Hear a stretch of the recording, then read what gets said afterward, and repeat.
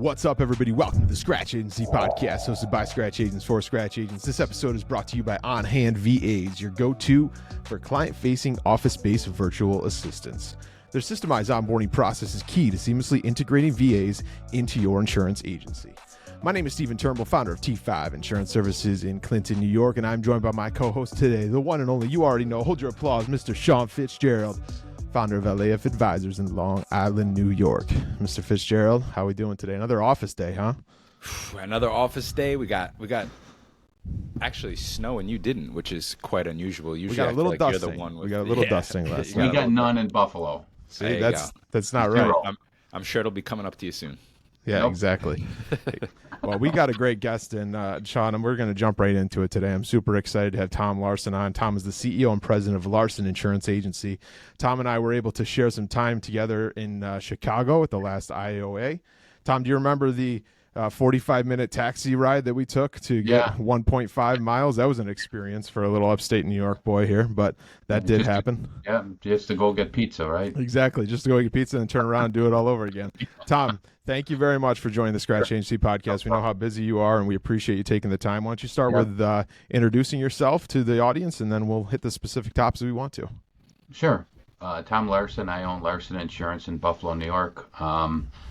April 1st, it'll be 21 years. I started a Scratch Agency. I was a producer elsewhere for 12 years, and when his kids came in the business, I sort of saw the writing on the wall, and I left and started a Scratch Agency. So I didn't take my book of business with me because I had no contract. So shame on me, my fault, but luckily our biggest niche is landlords, and most of the landlords followed me. I would say 90% of them did, because the other agency focused on auto insurance, and my niche has always been landlord insurance. So I pretty much, over the course of the years, I pretty much picked up more than my fair share of the old clients. So Sure. So it hurt me in the short term, but not in the long term. So. Yeah.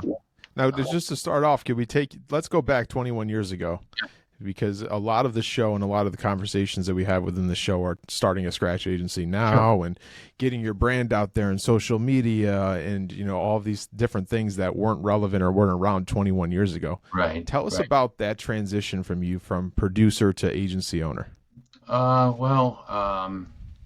It wasn't as hard as you might think, just because I had developed relationships with a lot of these companies.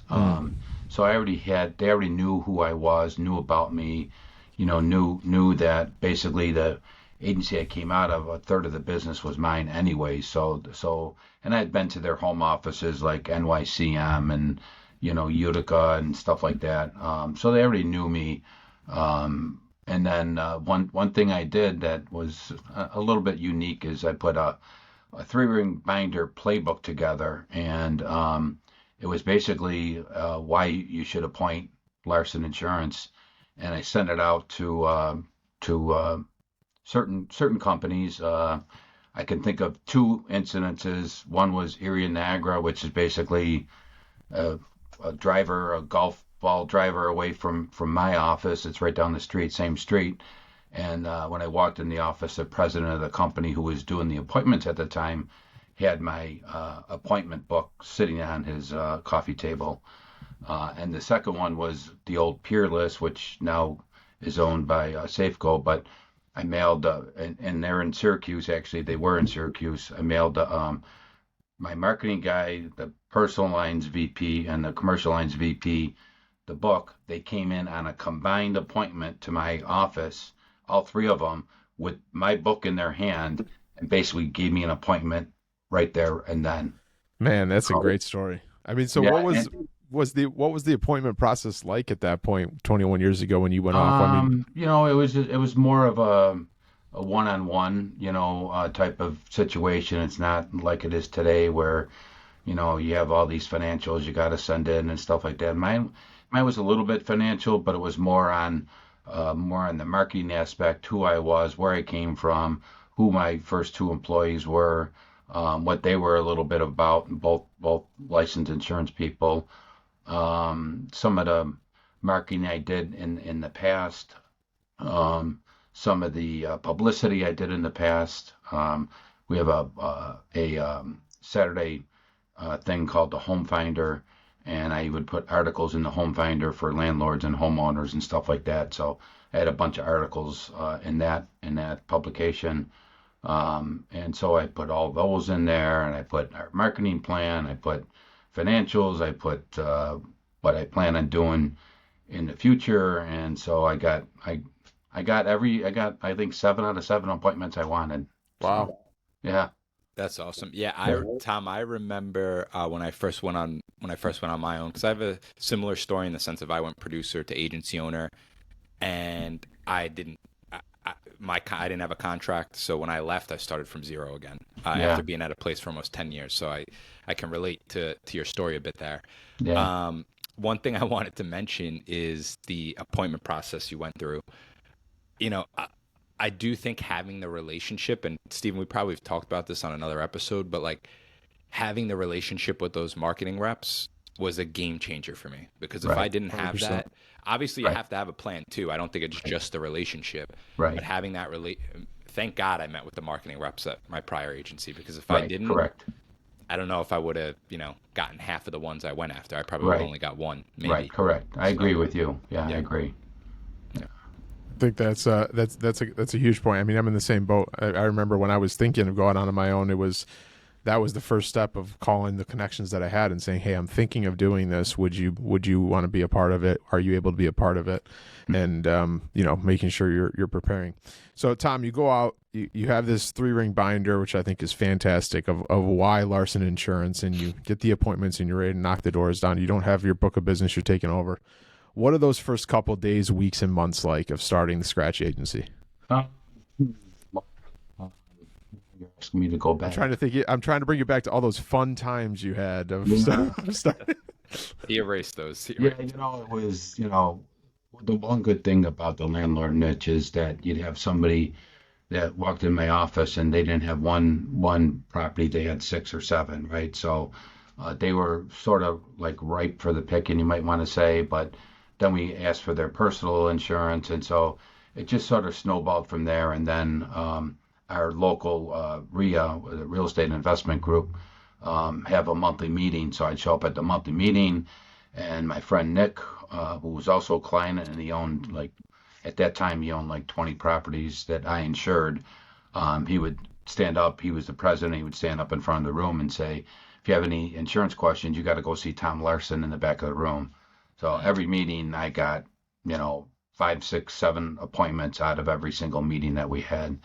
And then, and now going forward a little bit, about 7, 8 years ago, he just said, "Hey, I sold my properties. I'm tired of running the group, and it's your group now." So I've been running this group for 7, 8 years. And matter of fact, we have a meeting tomorrow night, and I bring speakers in, and I just get a ton of business off of it. It's been just one great niche for me, and for my agency. So that's great. So and this is probably good advice for people trying to get in the commercial spaces. So you picked a niche. Actually, just to rewind, how did you get into that niche? What made you choose at that time, I owned 31 apartments myself. Oh, so okay. I was in a landlord mode. People knew it. We would talk at the meetings, and we talk about what they're doing different, what I'm doing, how I'm managing my property. So I was one of them. So I guess it was just easier for me because I was one of them. It wasn't like an outsider trying to pick a niche and then trying to go deep into the niche. I was one of them. So you're already in it. Yeah. Great. Yeah. That reminds me of Cameron's story, Stephen, where he was in the trucking space. Remember that story? Yep. And now truckers is his specialty. Yeah. I like that. So, Tom, one other thing too, to bridge off of that is the networking aspect, which I think is great. So you found a niche, something you were knowledgeable in, and then it seems like you found a networking group specific to that niche. Right. Correct. And I'm assuming you would recommend that for anybody who has a niche, they should try to find a networking group Yeah. specific to that As niche. a matter of fact, at IOA, I met Abby. I'm trying to think of her last name from Indianapolis. Um, we're sitting in the break or whatever, and I helped her set up a Facebook group for Indianapolis real estate investors, Oh, and sweet. she just ran with it. Then I haven't talked to her in a while, but yeah, I sat there at IAOA and helped her set up this Facebook group because like I was showing her like in my group, we have I'll tell you in 1 second. So besides the 1,600. networking, What's that? besides the networking, you did a Facebook group on top of it. Yeah, there's Okay. 1,600 members in our Facebook group. Wow. So I showed her how to set up a Facebook group. Abby Shuck, or is her last name is Shuck. Okay. I believe it's her father's agency, I think. But anyways, I helped her set up a landlord niche, and I told her just, either find a RIA, a group in your area and start showing up at the meetings or start your own. Invite realtors, landlords, mortgage brokers, appraisers, property inspectors, whoever, and just, you could start with 5 people and it'll snowball from there. Yeah. So I helped her set up her own group in Indianapolis, and she was excited. But I haven't talked to her in a while, so I don't know how it's running for her. So I want to dive into the specifics of the group a little bit, because you joined the group and then you took it over and now you're running the group. And I know from our previous conversations, like your point of running the group is to provide value to the members of the group. Like you're bringing in speakers, you're inviting new people, you're connecting the appraiser with the new realtor so that they can get together. But at the end of the day, you're getting business. Right.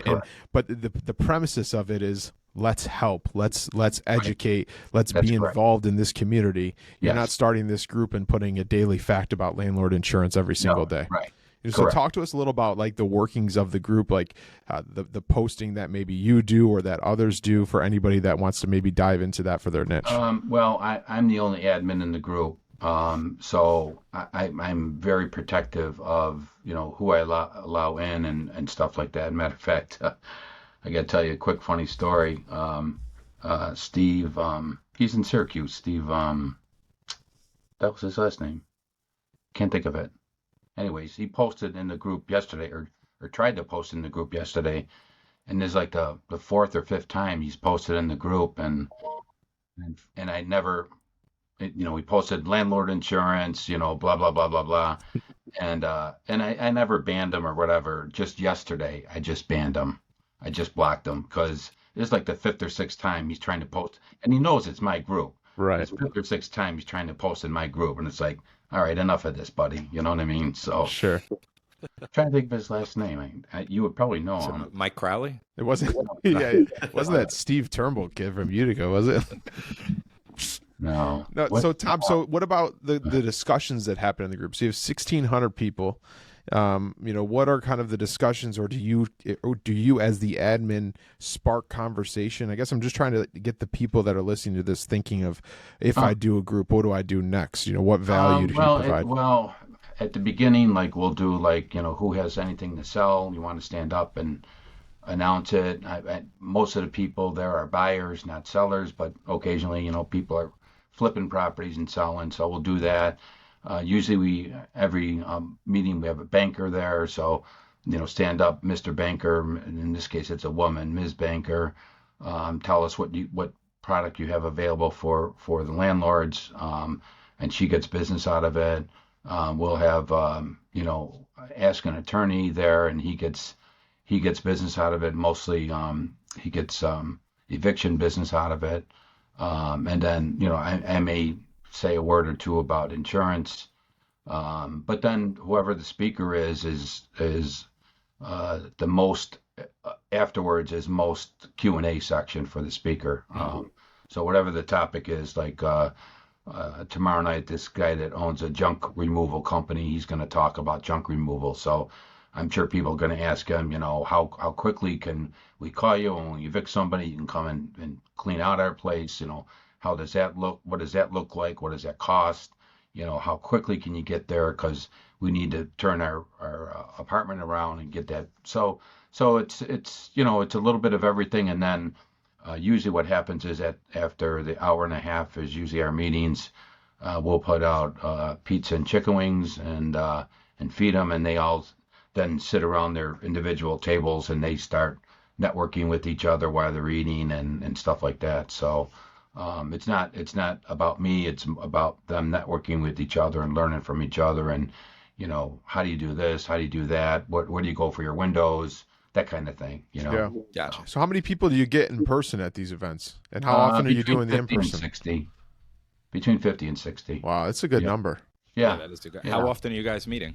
Once a month. Just Once the a third month. Thursday. By the way, I had to throw it out there. Completely joking about Mike Crowley. He's a great guy. I know he would never. Yeah, no, I know. So 50 or 60 people. Yeah. What was it? Once a month? Yes, the third Once a month. Thursday of the month. Yep. Okay. Yeah, that's a really Steve good group. Donegan. And- You know Steve Donegan? No. No? Oh, he's the one that's been trying to get in. Oh, okay. The million of listeners do now, though. But now, so, Tom, do you have any producers? Just my staff. I don't have a producer that's Gotcha. that's all they do. No. Gotcha.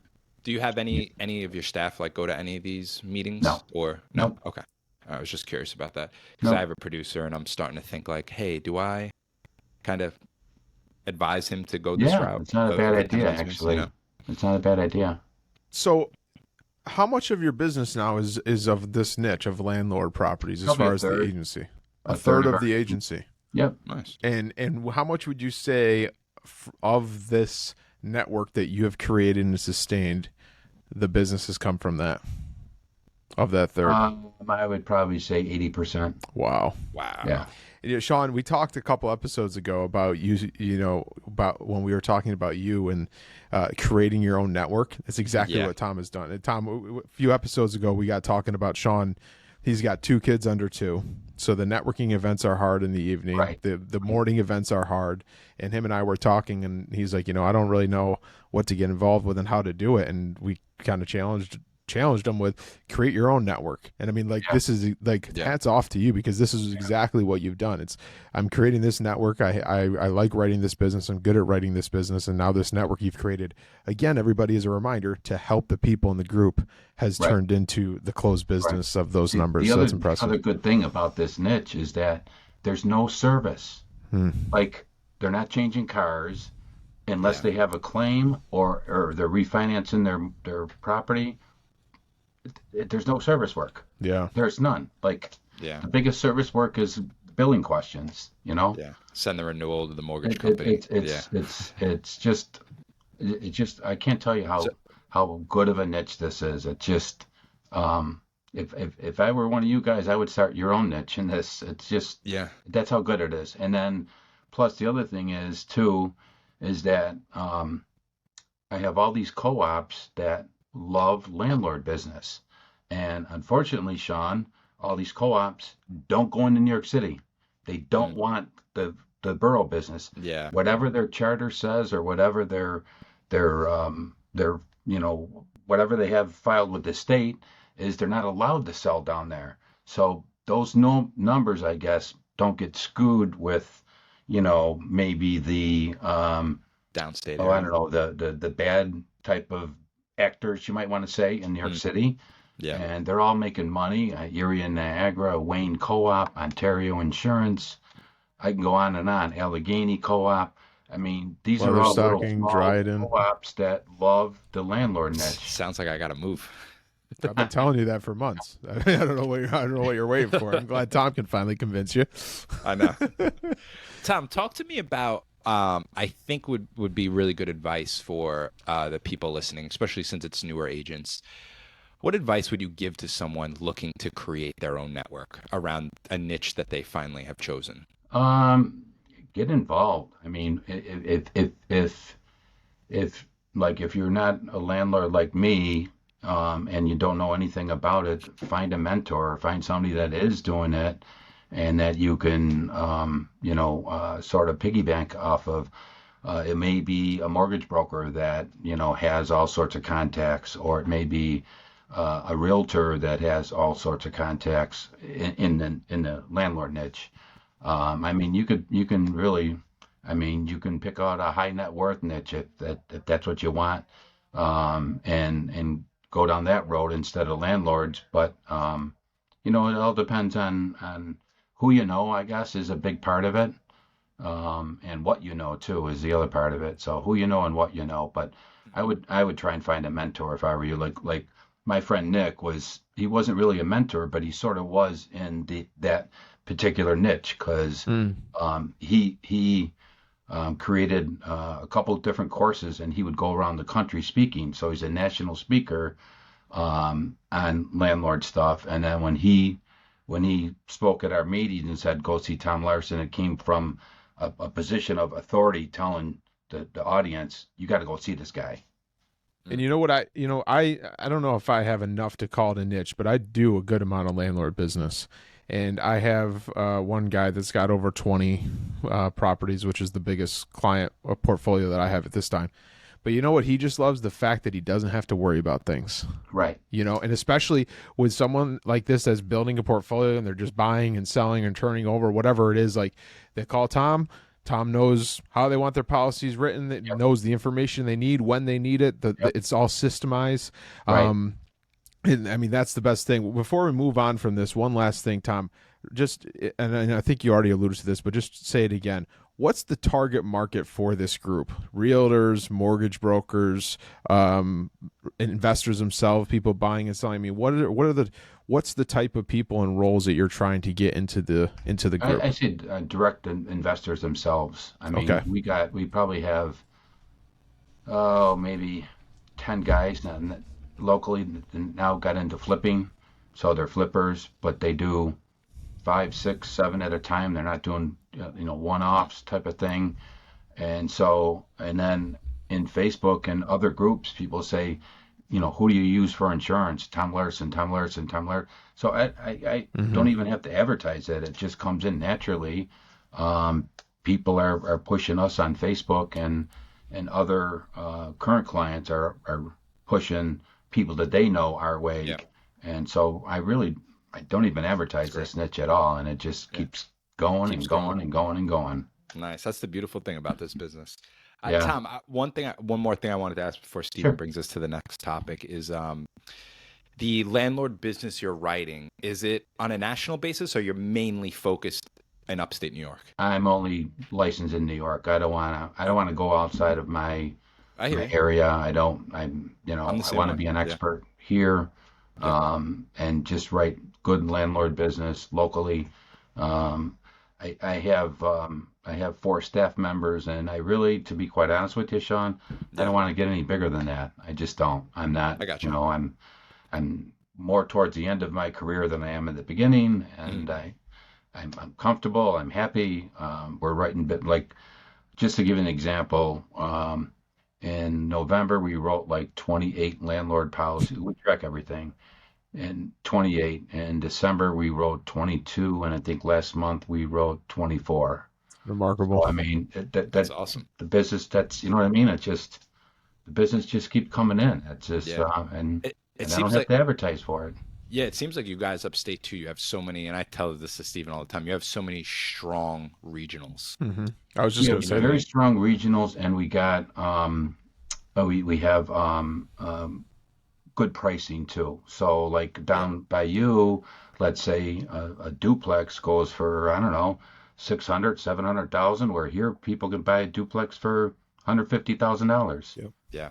So that's a big difference too. You know what I mean? That like, we have more players because they can afford more. You know what I mean? Makes sense. So, and just to piggyback on that point, Sean, of you asking, is he just in New York? I mean, to his point, like the regional companies that are making this program work so well for you, Tom, aren't going to go national, aren't going to want to, they know what they're good at. You know what they're good at, which is why you've piggyback on it and been so successful and are writing 20 plus policies a month during this program. Well, plus the other thing is they're only licensed in New York. Exactly. So, right. Like the Wayne Co-op, Erie, Niagara, Ontario, they're only licensed in New York. So, I mean, I'd have to create, like, let's say I went into Pennsylvania, for example. I'd have to create new relationships with new companies in Pennsylvania in a market I don't know, I don't understand. So, yeah, it makes complete sense. You know what I mean? Why bother? So let's go back to the early days a little bit, because we talked a little bit before we started recording about this cluster that you formed, and I Yeah. think that Yeah. is a super interesting conversation. There's the Right. big ones that are out there that you can join for market access, and then who Right. knows if you get the access. Right. There's the smaller ones like I'm lucky to be a part of, that and similar to that you created. And Yep. I know Sean is back and forth of what he's trying to do with maybe look at that avenue. So I think this conversation could be good.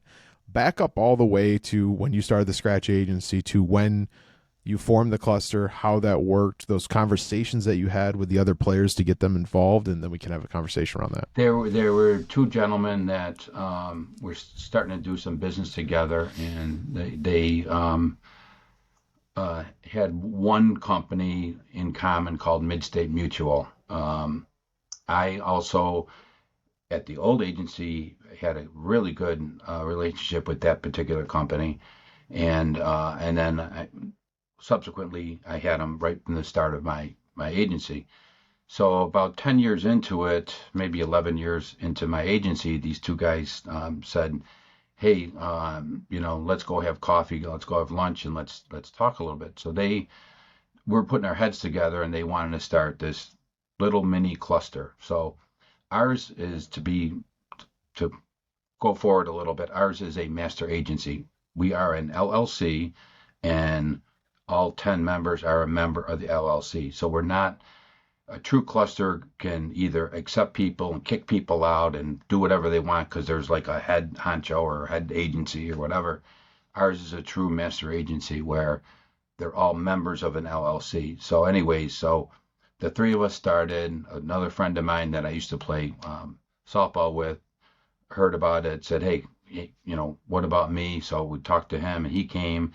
Then the fifth one came, then the sixth one. Now the last four were Allstate people that they all knew each other, but they didn't really know us. The one guy vetted, like Iroquois, vetted SAN, he vetted SIAA. And when he found out it was $500 to join our cluster and we can get him appointments with all these little co-op companies, he's like, where do I sign? Where do I sign? So it's still to this day, it's still $500 to belong. $500 a year, 100% everything gets passed through. And what's interesting that's happened is because we're a pretty strong LLC that certain companies I can think of right now, merchants is one that they'll just give us like one master code, and until we start developing business and start rising up our writings with them, then they'll split off into subcodes. But sometimes we have to start with one master code that the guy that runs the group then divides up the commissions once a month and sends them out to us. So sometimes we don't get a direct subcode, but Sure. now to this day, I think merchants might be the only one that we have one master code. All the other companies, we all have subcodes and get paid directly, and buying coverages with them and stuff like that. But if a company is a little hesitant and giving an appointment, we'll say, well, just appoint the whole group as one, give us one code, and then once we reach certain levels, then we can divide it up into subcodes. So that's how we do it. So Tom, quick question. Yeah. Is only people from upstate allowed to join this group? No. Start your petition, Sean. Yeah, I got a 3-ring binder. We did have somebody in the early days in New York City, and it turned out to be really messed up.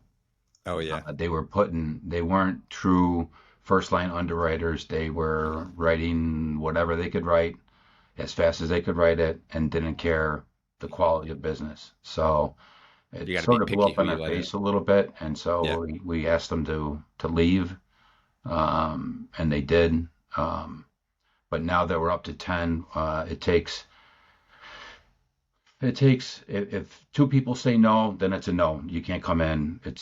Two no's mean no for good. And in order to kick somebody out, it's got to be 75%. So it's got to be 75% of the people now have to say, we don't want you in the group anymore. And that's written in our contract. So our contract is pretty spelled out. We don't have anyone in New York anymore, Sean, to answer your question. But we do meet once a month, physically in person to go over our numbers. We usually have a company rep there. They buy us lunch. They know they're coming in to buy lunch, give it their 45-minute spiel or whatever they want. And then we kick them out, and then we have our meeting. Yeah. So, and we share, we're very transparent with each other. We share numbers. We share, the good and the bad, the ugly, whatever. We share it all. So there are no secrets, and that's just how we do business and how it's been set up for 11 years now. I think it's a great idea. Just hearing your story, Tom, and kind of I know what Steven has going on over there. I mean, it seems like you have I don't want to call it small because 10 isn't small, but you have a nice sized group of people who all want to grow their business. Right. Right. When I started thinking of this idea and some of the people I would think would be a cool part of it, I'm like, oh, well, this person's across the country. How am I? They could just stop answering my call one day and I'll never be able to find them. Right. Exactly. Yeah. So yeah, those are just kind of some of the things that were going through my head when I was thinking about this whole process. Yeah. I feel like where I'm at, so I'm not in the city. I'm an hour east of the city on Long Island, and I feel like Long Island doesn't really have many groups like this. I feel like upstate, Stephen, right? There's a bunch of them, or a few of them at least. Yeah. Yep. Yeah. I mean, yeah. So maybe I gotta do. I some mean, more you could homework, start. I mean, you could start your own. Really. I mean, you could start it with 3 people. That's what we did. I mean, you don't need this big group of people. The problem that we have with our former people in the group from down in the city is that they did not have any direct appointments. So they were dealing with, say, 5, 6, 7 wholesalers down there to get to Hartford or Travelers or whomever. And so they liked us because we weren't taking a pound of fat out of them. They were getting 100% of the commission. And that's why they liked us, because it's not like you're dealing with the wholesaler down there where they're taking, 5 points or whatever. You know what I mean? So that's why they loved us. But by the same token, they were writing crap business, and can't have that. And we couldn't have that. You know what I mean? I get that. So Sean, I think you could start your own. I really do. I truly believe you can, with people there, you see at meetings, whatever. It only takes 2 other people to start the ball rolling. Yeah, no, it's a great point. I'm going to look into it. Well, Tom, I don't know if that's a front door that's directly behind you, but Sean's going to have a 3-ring binder on the doorstep in about 20 minutes. So just make sure when we get off, you can check it out. He's got it all printed off. He's going to have it right up and ready to go. There you go. Tom, let's touch on the pizza bills challenge that you do on Facebook. I think it's so unique, and I think one of the cool things about this conversation is just the things that you've thought of along the way and that are working, and you just stick with it. And I think we talk about that at the end of it. But tell us what you got going there, because I love following it, and you have a ton of engagement with it. And just something fun to do. I mean, another smaller niche we have is 25 or so restaurants around town, and a couple of them are known for their pizza. And so it's just a $20 pizza gift card. It's nothing big or huge, but it's just something fun to do around football season, especially, Josh Allen gets all the accolades around the NFL, and so it's just something fun to do, and people really enjoy it. They there's probably 50 people a week that guess on it, and a lot of them, some of them aren't even clients, but they're friends of mine on Facebook, and it's just something fun to do. And even last year, what I was trying to do, which I didn't come up with, and I'm still not coming up with anything today, but I wish I can think of some way to keep that ball rolling and keep, it's $20 a week. It's not, you know what I mean? It's just something fun to do. And I wish I can keep that ball rolling somehow, some way, but I haven't come up with any other alternative way other than during the football season. So I'm gonna think about that, because I love that stuff. I mean, like something that, like you said, it's $20 a week. Wheelhouse. It's $20 a week, but like you have 50 people that are commenting on it, and I'm sure you've gotten business from it. Yeah, and I'm sure you've gotten referrals from it, and people, it's a great idea. And it's the little stuff like that makes a difference. So what is it? You just post basically, hey, if Allen gets more than X amount of rushing. No, I'll say guess Josh Allen's passing yards for this week. Or like when we played Kansas City, I said, guess Josh Allen plus Patrick Mahomes yardage total for the week. And then the one week I put guess Josh Allen's passing plus rushing yards for the week. So I mix it up like that. So I got you. people got to think a little It's bit. very smart. Yeah. So I like yeah. That's awesome. Well, Tom, as we look to wrap this up here, we've asked people in the past this question. Tomorrow morning, you wake up, you've looked at Sean's 3-ring binder and you put it to the side, and you wake up and you say, you got to start over from nothing. You're starting over scratch again. What are a few things that just immediately come to mind that you would do differently? That's a good question. What would I do differently?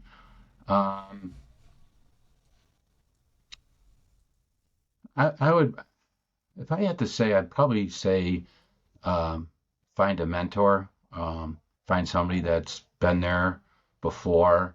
When I first started in the business, my mentor was people called him my partner, but he wasn't my partner. He owned the agency, but we went to high school together, and that's how we knew each other. But he was sort of my mentor and for the first like 10 years of my insurance career. And then as I gained knowledge and as I went into this landlord niche, I sort of, once I broke off from him and left, the friendship sort of went away, dissolved, you might want to say. Sure. We haven't been close since, but, whatever, it happened. But if I had to say one thing, I would say find a mentor. The second thing, though, would be to start your own niche like I did. I mean, if you can find somebody like I had Nick, my buddy Nick, promoting me and telling people, basically telling people you got to go see Tom. That would be the second thing I would do. Is that whatever, it could be trucking, it could be lawyers, professional liability, it could be landlords, whatever that niche is, that find that person or that group of people that you can piggyback on and sort of, I don't want to say ride their coattails, but you can provide good information at a networking event or at a meeting or your own meeting, and just create your own niche. Yeah. I don't want to say out of thin air, but create your own niche. You don't have to wait for somebody to invite you in. You can do it starting from scratch on your own. You just said it. You just said your own meeting. If I have one on these 3 pages of notes that I've took from this conversation, if I have one big takeaway, it is the power of creating your own network. Yep. And find the niche that you believe in, find something that you relate in. Like Tom said, he had 30 properties. He was in insurance. It made sense. He could talk the language. Right. He got into the network. He created the network. He brought people in. Create your circle. And it can be like, and again, going back to what Sean and I were talking about a few weeks ago, can't make this time, can't make that time. It's still up to you to be able to create your own circle, create that own community for you, and get people rowing in the boat. Because again, I think about my BNI group of the motto of givers gain, and it applies. Tom brings in a realtor, Tom brings in an investor, and now they're in that group that Tom invited him to, and that investor just bought 4 deals that he would have never known about last year if he wasn't in that group. Guess who he's immediately thinking about throughout every single deal and every single opportunity? Tom and Larsen Insurance. Right. That's what I love about that. It just relates back. And it's not, again, it's not what you're put out there to do is say, I'm just going to sit here and talk about insurance. You're connecting people and it's benefiting you on the back end. Right. I absolutely love that. You're 100% correct. Yep. Well, Tom, thank you very much again for joining us. This was a lot of fun. I appreciate the time. For anybody that wants to reach out and learn a little bit more, maybe see what that 3-ring binder looked like from Sean once it gets delivered. What's the best way? What's the best way for them to get in touch with you? Any social platform or email? What's the best way? I'm on Facebook and LinkedIn. Those are primarily the two ones I'm on. I'm not a TikToker. I don't go on there. I rarely go on Instagram. Pretty much Facebook and LinkedIn, and then Tom at larseninsurance.com is my email address, and I'm here to help anybody. I seriously am. I just got asked to join the local Big I board, and I did just because I'm at the point in my life where I'm trying to give back. So, that's awesome. And Sean, call me anytime, please, if you need my advice, my help. Will do. Anything. If you want to start your own group, I'm more than willing to share everything that I have with you. So Thanks, Tom. That's awesome. Reach out. So well, fantastic, everybody. That is another great episode of the Scratch Agency podcast. Just a quick note again, if you were in our Telegram community and you were noticing that it is no longer there, I tried to touch the settings and everything went completely wrong. So if you were removed from the group, you weren't removed from the group. It happened on accident. Go back and join us, scratchagencypodcast.com. Click join the community. And from now on, Sean Fitzgerald will be touching all the controls involved with that. I'm no longer allowed to touch anything. Thanks for joining us today. Do us a favor, like the show, share the show, and subscribe. Most importantly, remember to dig down deep, believe in yourself and in your own future. We'll see you next week. Take care.